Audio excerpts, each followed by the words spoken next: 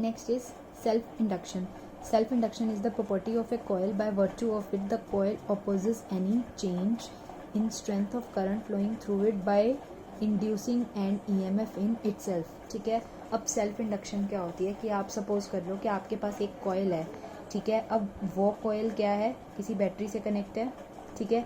तो इसके अंदर क्या हो जाएगा, अब हमारा मैग्नेटिक फील्ड प्रोड्यूस होगा और मैग्नेटिक फील्ड क्या करेगा, मैग्नेटिक फ्लक्स क्रिएट करेगा। अगर मैग्नेटिक फ्लक्स क्रिएट करेगा तो इसकी वजह से क्या होगा, ईएमएफ इंड्यूस होता है, हमें पता है।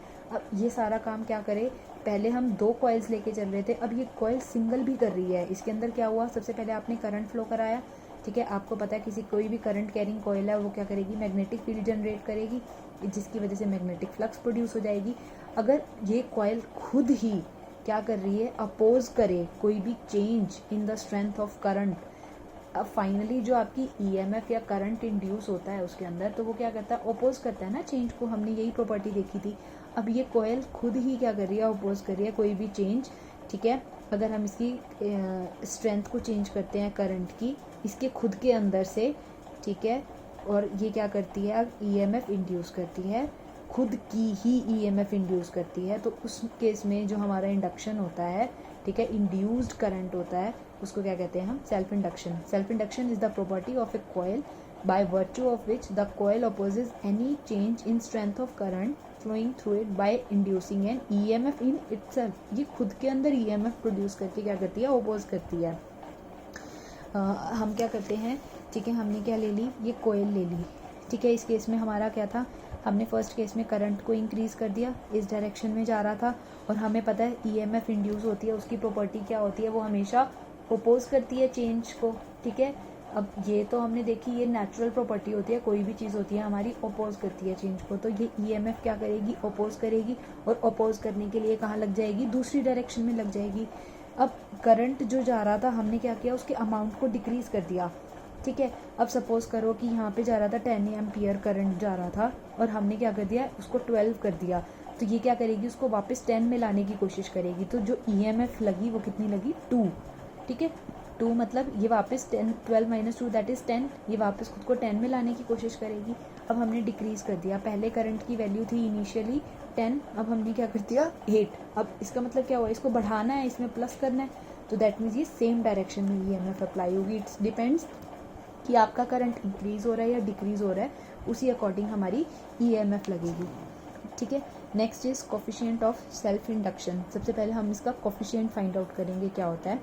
हमने क्या देखा, आई क्या है कि कितना हम अमाउंट ऑफ करंट या कितनी स्ट्रेंथ का करंट हम फ्लो कर रहे हैं किसी कॉइल में से, ठीक है। और अगर हमें पता है अगर हम करंट फ्लो कर रहे हैं तो उसकी वजह से क्या होगा, मैग्नेटिक फील्ड और मैग्नेटिक फ्लक्स होगा। तो इतना अमाउंट ऑफ हमारा मैग्नेटिक फ्लक्स है उस कॉइल के साथ, ठीक है।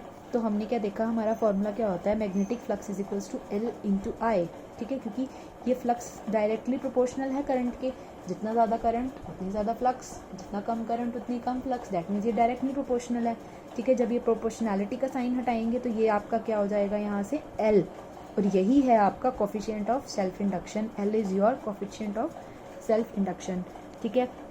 अब इसकी वैल्यू किस किस पे डिपेंड करेगी, कितने नंबर ऑफ टर्न्स हैं, कितना एरिया है, इसका नेचर ऑफ मटेरियल पे, इन सब पे डिपेंड करेगी। अगर आप इस केस में करंट की वैल्यू क्या दे दो, 1, ठीक है, 1 एम्पियर दे दो, तो उस केस में आपका फाई और एल क्या हो जाएंगे, इक्वल हो जाएंगे।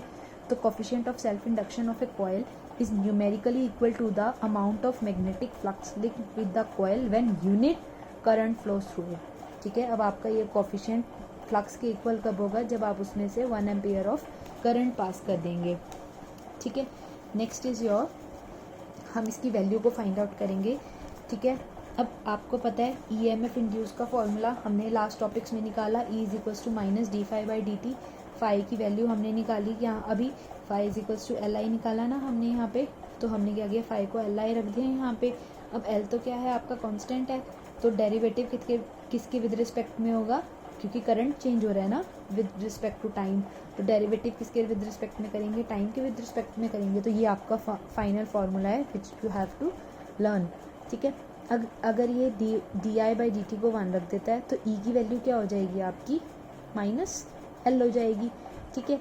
तो एल और माइनस ई, ये क्या है, इंड्यूस्ड ईएमएफ, ठीक है। और ये क्या है, कोफिशिएंट ऑफ सेल्फ इंडक्शन। ये दोनों कब इक्वल होंगे, जब आप क्या कर रहे हो, आप उसका rate of change of current कितना है, अब आपका यूनिटी है, उस केस में दोनों इक्वल हो जाएंगे। और हमने क्या देखा, ये क्या है, हमारी स्केलर क्वांटिटी है, ठीक है। तो इसकी एसआई यूनिट कितनी होती है, हेनरी होती है। 1 हेनरी कितनी हो जाएगी इस केस में, फाई इज इक्वल्स टू क्या है, एल आई है, तो एल कितना हो जाएगा 5/I। फ्लक्स की यूनिट क्या होती है, वेबर, आई की unit ampere, that is henry. तो 1 henry is equals to 1 weber per ampere. अब हम क्या निकाल रहे हैं, इसको वोल्ट सेकेंड पर एम्पियर की फॉर्म में निकालेंगे, ठीक है। तो इन सब की क्या कर देंगे, ऐसा यूनिट्स, बेसिक यूनिट्स लिख देंगे, तो उस केस में वो आ जाएगी। अब आपको मिली पता है, माइक्रो हेनरीज पता है, तो अगर आपको एक यूनिट से दूसरी यूनिट में कन्वर्जन आए तो वो भी कर सकते हैं। Next is your dimension, it is same, that is your homework. आपने देखा L is equals to E d I by d t था यहाँ से आपका, ठीक है। और सॉरी, ई की वैल्यू क्या थी आपकी, L d I by d t थी, ठीक है। E is equals to L d I by d t था। यहाँ से इन्होंने क्या किया, एल की वैल्यू निकाल ली, ठीक है। अगर इसके लिए इसको क्या करेंगे, D T by D I हो जाएगा, ये उल्टा कर दिया। अब ई आपको पता है वर्क पर चार्ज होता है, ठीक है। हम कितना मूव करा रहे हैं उसको, कितना वर्क डन कर रहे हैं चार्ज को मूव कराने में, ठीक है। अब क्या करोगे, इस सब की वैल्यू लिख दोगे और इस सब के डायमेंशनल फार्मूलाज लिख दोगे, तो उसका डायमेंशन फार्मूला कितना आ जाएगा, finally this. Next is self inductance of a long solenoid. अब हमारे पास क्या है, एक लॉन्ग सोलेनॉइड है, उसके अंदर क्या करेंगे, कितना सेल्फ इंडक्टेंस है, हम उसकी वैल्यू को फाइंड आउट करेंगे। लेट्स सी हाउ, ठीक है। इसके लिए सबसे पहले हम क्या करेंगे, हमें पता है सोलेनॉइड में से अगर करंट आई पास कर रहा है तो उसके हमेशा अक्रॉस क्या होएगी, मैग्नेटिक फील्ड जनरेट होगी। तो उस मैग्नेटिक फील्ड का फॉर्मूला हमने, ठीक है, लास्ट चैप्टर में, लास्ट यूनिट में निकाला था, that is mu naught n I, where n is your total number of turns per unit length थे, ठीक है। तो स्मॉल एन को इन्होंने क्या लिख दिया, mu naught n I by L लिख दिया। और म्यू नॉट क्या है आपकी मैग्नेटिक परमिएबिलिटी है, ठीक है। एल क्या है, लेंथ है उस सोलेनॉइड की, और एन क्या है आपके नंबर ऑफ टर्न्स हैं, ठीक है। अब उसके लिए हमने क्या लिया, सोलेनॉइड का हमने क्या किया, मैग्नेटिक फ्लक्स देखा। मैग्नेटिक फ्लक्स हमने देखा अभी, लास्ट फार्मूला क्या होता है, B dot A, that is B A cos theta, ठीक है। इस केस में हमें पता है कि मैक्सिमम मैग्नेटिक फ्लक्स है आपकी, वो कब होती है, जब वो दोनों 90 डिग्री पे हो, ठीक है। तो कॉस 90 इज़ 1, तो दैट इज़ बी इंटू ए हो गया यहाँ से, और बी के फॉर्मूला हमने यहाँ से पुट कर दिया, एरिया आप यहाँ से लिख दोगे, ठीक है। अब हमें क्या करना है, टोटल मैग्नेटिक फ्लक्स निकालनी है। अब ये तो कब होती है, जब आपका एक टर्न है, ठीक है। ये तो तब हो गई, उस एरिया के लिए हो गई आपकी जब आपका एक टर्न था। अब आप क्या लेते हो, total n number of turns ले लेते हो अगर, ठीक है, सोलेनॉइड के लिए। तो उस केस में क्या हो जाएगा आपका, आप उसको एन से मल्टीप्लाई कर दोगे यहाँ पे, ठीक है। अब हमें पता है कोफिशिएंट की टर्म्स में हमारा फ्लक्स क्या होता है, phi is equals to L I होता है, ठीक है। यहाँ से एल आई की वैल्यू देखेंगे हम। अब उधर भी फाई था, ऊपर भी फाई था, दोनों फाई को क्या कर दिया इन्होंने, इक्वेट कर दिया यहाँ से, ठीक है। तो कुछ टर्म्स क्या हो जाएंगी, कैंसिल हो जाएंगी। तो फाइनली एल की वैल्यू क्या आ गई, mu naught N square A by L, ठीक है। This is your final value. ये क्या है, ये एल कब है, सेल्फ इंडक्टेंस कब है, जब आपका एक कोई भी लॉन्ग सोलेनॉइड है, ठीक है। अब हमने क्या देखा था, म्यू नॉट क्या हुआ था, फ्री स्पेस के लिए देखी थी मैग्नेटिक परमिएबिलिटी। अगर कोई मटेरियल दे देता है तो mu is equals to mu naught mu r, आप ये फॉर्मूला अप्लाई करेंगे, ठीक है। Next is your grouping of coils. जब आप इन कॉइल्स को, अभी तो सेल्फ इंडक्टेंस एक कॉइल थी, अब आप इनको जब ग्रुप कर दो, आपके पास 2 या 3 आ जाए, तो उस केस में आप क्या करोगे, सेम जो आपका रेजिस्टेंस था वैसे ही इनकी भी ग्रुपिंग होगी, ठीक है। रेजिस्टेंस के केस में हमें पता है कि रेजिस्टेंस जब सीरीज़ में होती हैं उस केस में क्या होता है, हमारा आई सेम रहता है और वी डिफरेंट होता है, ठीक है।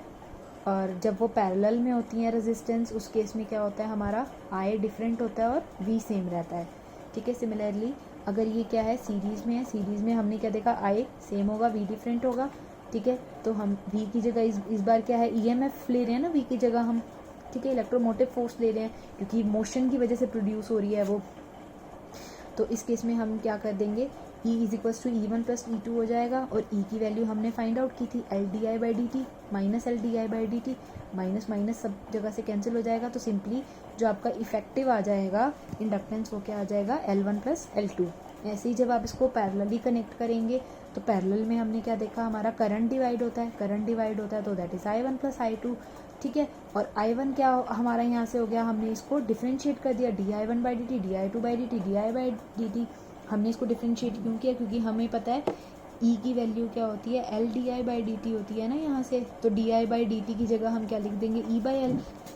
ठीक है, that is E by L P is equals to E1 by L1 plus this.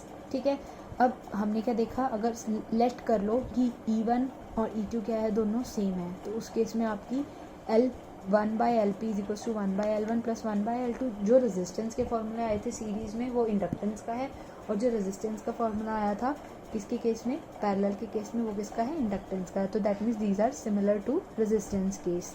ठीक है, and inductance is said to be ideal if it has no resistance. अब एक आपके पास इंडक्टेंस है, उसको आइडल कब मानोगे, यानी उसके अंदर से कोई रेजिस्टेंस ही नहीं है, यानी करंट कॉन्टीन्यूसली पास करे ही जा रहा है, but practically this is not possible, कुछ ना कुछ रेजिस्टेंस होती ही है। अगर अब क्या है, बट इसका रिवर्स ट्रू हो सकता है। ठीक है, we can have a resistance with और विदाउट हैविंग इंडक्टेंस।